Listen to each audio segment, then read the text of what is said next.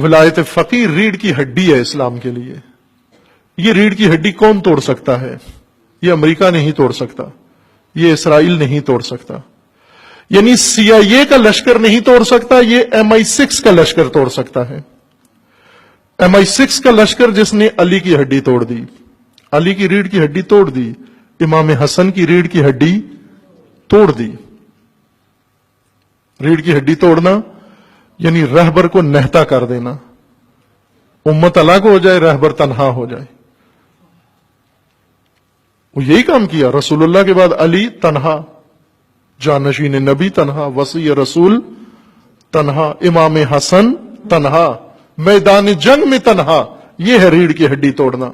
रीढ़ की हड्डी टूटने का मतलब, जैसे अली अलैहिस्सलाम ने जो बलागा में फरमाते हैं, मैंने दाएं देखा, बाएं देखा, मैंने देखा मेरे बाजू कटे हुए और कुछ भी नहीं, सिर्फ हसनैन है, 2 छोटे बच्चे मेरे आमी हैं बस। रसूलुल्लाह के बाद सिर्फ 2 छोटे छोटे बच्चे कहा मेरे हामी हैं, मैं इनके जरिए क्या करूं? बाकी कहां है? बाकी वो लश्कर ले गया, बाकी फौज ले गया, बाकी उम्मत ले गया। MI6 ने जो लश्कर बनाया है वो रीढ़ की हड्डी तोड़ सकता है। वो बनाया ही रीढ़ की हड्डी तोड़ने के लिए है, खयानत के लिए बनाया है। इस वक्त हदफ इसलिए रहबर को करार दिया जा रहा है हर बहाने से, और ज़ाहिर है जहां बसीरत ना हो।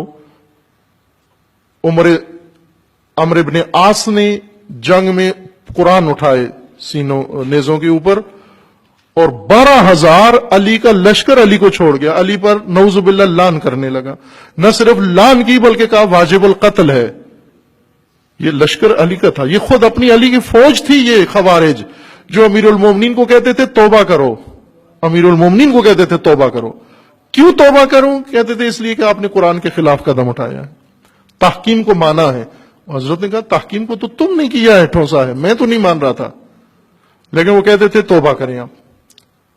जो अली से तौबा करवाएं आकर, ये वही लश्कर है जो आज MI6 ने अमर आस की तदबीर को दोबारा जिंदा किया है। आज अमर आस बहुत माहिर जीरक सियासतदान अमीर शाम के मुशावरीन में से है।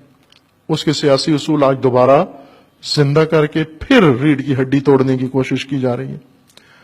खूब जाहिर है बाबसीरत मोमिनीन मुस्लिमीन आगाह हैं, लेकिन पाकिस्तान में मुश्किलात ज्यादा हैं, चूंकि बसीरत नहीं मदारी कामयाब हो जाते हैं, रहबर तनहा हो जाते हैं। अजीजान, आप सबका फरीजा है, तमाम मिल्लत का फरीजा है कि जब भी दुश्मन जहां वार करे उसका दिफा करो। जब रसूलुल्लाह पर दुश्मन ने हमला किया जंग ओहद में, तो लोग भाग के चले गए, रसूलुल्लाह को तन्हा छोड़ दिया। लेकिन सैयदुश शुहदा जब मैदान में सैयदुश शुहदा नमाज का वक्त हुआ, असहाब हुसैन ने अपने आप को हुसैन की सिपर बना दिया और तीर सारे उनके जिस्मों में लगे। और अंसार हुसैन की ये फजीलत व कमाल है पूरी दुनिया में, तारीख में, कि जब तक एक भी अंसारी जिंदा था हुसैन को कोई तीर नहीं लगने दिया। कितनी अजमत है! ये बहुत अजीम इंसान है शुहदाए करबला, मामूली नहीं, गैर मामूली है कि इन्होंने एक तीर हुसैन अलैहिस्सलाम की तरफ आने नहीं दिया जब तक खुद जिंदा रहे। जब खुद सारे शहीद हो गए, फिर हुसैन तन्हा थे, फिर हुसैन ने हल में नासिर की निदा दी, और अब नासिर नहीं रहे तो तीरों ने हुसैन का मुहासरा किया। इस तरह से मुहासरा किया, रिवायात में है कि इमाम घोड़े पे थे, इतने तीर लगे कि घोड़े पे संभलना मुश्किल हो गया। इमाम घोड़े से नीचे आए और घोड़े से जब जमीन पर आए, इमाम दोजानू तशहुद की हालत में बैठ गए और चारों तरफ से तीर आने लगे, फिर तीर आने लगे। फिर इमाम से तशहुद की हालत में बैठा नहीं गया। क्यों नहीं बैठा गया? एक तीर ने सैयदुश शुहदा को बैठने नहीं दिया। वो तीर ऐसा लगा सैयदुश शुहदा के गलू में आकर लगा, بہت گہرائی میں چلا گیا. سید الشہداء نے اس تیر کو پکڑ کے کھینچا باہر. تیر تو باہر آ گیا لیکن لہو کا فوارہ ساتھ آ گیا. سید الشہداء نے وہ خون اپنے چلو میں لیا اور اس سے اپنے بالوں کو خضاب کرنا شروع کر دیا. اور اس وقت وہ سرخ ہاتھ آسمان کی طرف بلند کیے، اے پروردگار، اے خدایا،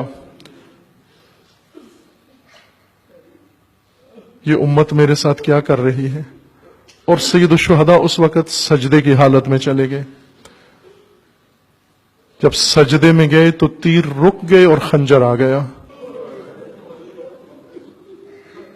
عزیز من، اور سید الشہداء جب اکیلے رہ گئے تو ندا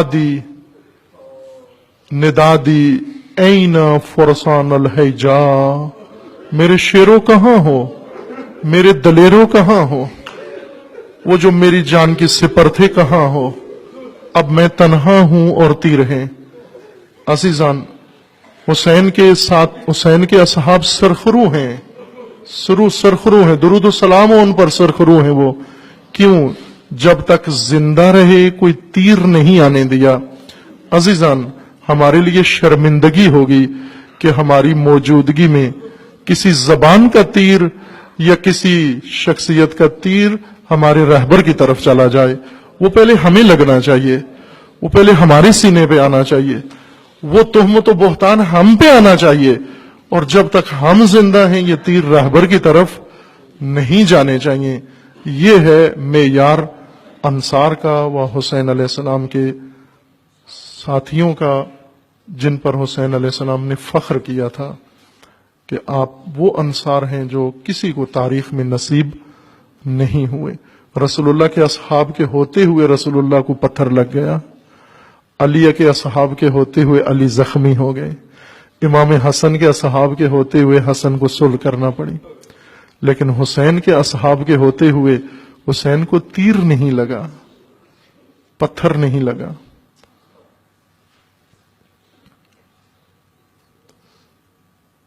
اس وقت دفاع کرنا ولی فقیہ کا و رہبر کا تشیع کا دفاع و اسلام کا دفاع ہے، شخصیت کا نہیں ہے. قائدین و مجاہدین کو برابر نہ کہو کہ خدا ناراض ہوتا ہے، نہ کہو دونوں مجتہد، دونوں ایک جیسے، فلاں ایک جیسے. یہ دفاع امت پر واجب ہے، لازم ہے. جب انہوں نے آپ کا اتنا دفاع کیا ہے، اس شخصیت نے آپ کا دفاع کیا ہے، جب روزے بچا لیے، زینبیہ بچا لیا، کربلا و سامرا بچا لیا، جس شخصیت نے اپنے اتنے بڑے عظیم جرنیل اس دفاع کے لیے اس لشکر کے خلاف قربان کر دیے، کیا اس شخصیت کا اتنا بھی حق نہیں پہنچتا کہ ہم جب زیارت کربلا پہ جائیں تو ایک سلام اس کو بھی کر دیں جس نے یہ موقع دیا ہے ہمیں. ابھی 40 آئے گا، وہ موقع ملے گا زیارت کا، تو یہ بھی سوچو کہ اس تکفیری لشکر سے کس نے بچایا ہوا ہے، کس نے تحفظ دیا ہوا ہے. حق ہے ان کا ہم سب کی گردن کے اوپر، اور اس حق کو ہم نے ادا کرنا ہے. نہ بنے اپنے زمانے کے لا تعلق لوگ، نہ بنے جو ندائیں ہم دیتے ہیں، یا لیتنا کنا معاکم فنفوز فوزا عظیما. اپنے زمانے میں وہ کردار ادا کر کے جائیں تاکہ اسی لشکر میں انشاءاللہ شمار ہوں آپ سب.